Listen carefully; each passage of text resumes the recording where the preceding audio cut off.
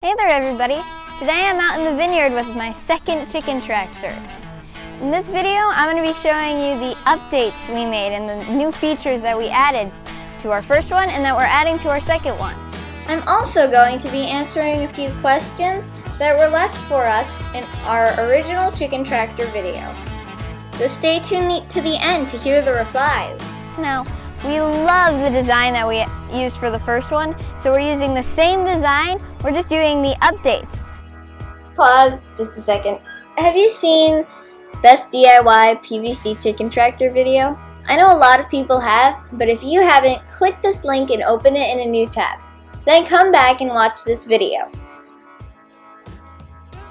You done? Alrighty, let's get back to it. One of my favorite features are these utility tubs that we found.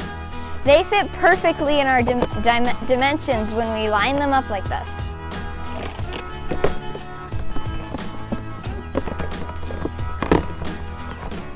See? Snug fit. Pull the tractor with the rope in the front and not disrupt these. We have one for food, one for water, and then this one we put two 5-gallon buckets in, fill them with shavings, and it's a roost and a nest. So now we're going to add these 5-gallon buckets. We don't actually put this much shaving in them, but we put some shaving in each bucket.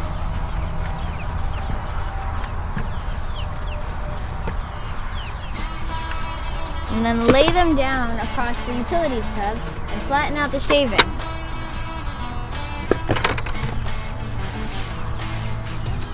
Another perfect fit for our tractor. We've been getting our eggs in these buckets ever since we added them in our old one. They also like to perch on top of the 5-gallon buckets and on the corners of these utility tubs. So, kind of multitasking. Okay, so I've already moved the chicken tractor, the second one, over to where I want it, next to the original chicken tractor. I want them near each other so that when I bring my sled full of food and water, I can do it in one trip. Just give them food and water, then give them food and water, and then I can pull them easily in the same place without having to go back and forth with food and water and pulling them. We've already added food and water, and you saw when we added the roost and the shavings and all of that. Another addition that we added was a rope on both sides. In the previous one, we added one on the front side, and that was working great, but then we'd have to untie it and bring it to this side so we could take it back down the vineyard. And that wasn't so fun. So this time, we added one on both sides, and I really like this handle out of PVC because though it's light enough for me to pull the chicken tractor by itself, it's still heavy enough to pinch my fingers if I'm just holding the rope alone. So this pipe really helps. Another great reason for us to have ropes on both sides is that I can tighten this rope with my foot, and then I can put this cinder block down on the rope, and that way, since our worst storms come from the west, it's on this side, but using these cinder blocks, if strong winds come, these cinder blocks help keep the tractor down because it adds more weight. We have one on the other side too, just for additional weight.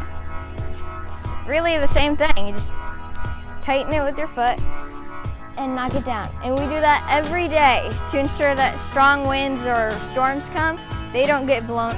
The tractor doesn't lift up, hurt our chickens get out, and we definitely don't want that to happen.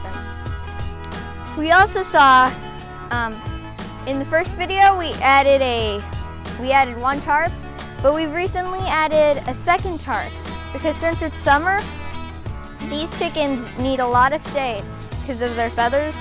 They need shade so they keep cool.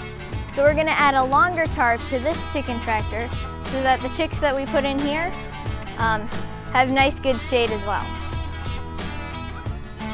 So now we have our tarp set up, and as you can see, it's longer than the original on the original chicken tractor. We just secured it with the zip ties all the way around, and this should keep good shade throughout the day.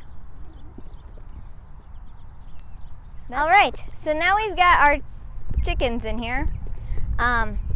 When we got our pigs earlier, we got a really good deal on these Isa Brown chickens, and we heard that they were prolific egg layers, even though they're a little bit smaller, so we just couldn't say no. Though I'm not really sure why they're called Isa Browns. If you look really closely at their eyes, they're more of a green color, so they should be Isa Greens. Now, as promised, the answers to your questions. First up, we've got James L. James is worried about predators digging under his chicken tractor and eating his chickens. We recommend eating the chickens before the predators do. Just kidding. Or you can wrap the bottom of the chicken tractor with wire and lift it with another person instead of just pulling it. Next, we have Brad M. Before Brad commented, we used a concrete mixer with shavings in it as a roost, but the chickens really didn't like it. He recommended we used 5-gallon buckets, and that worked great. Thank you, Brad. Finally, we have Holly D. Holly asked how we kept our chicken tractor secure from the wind.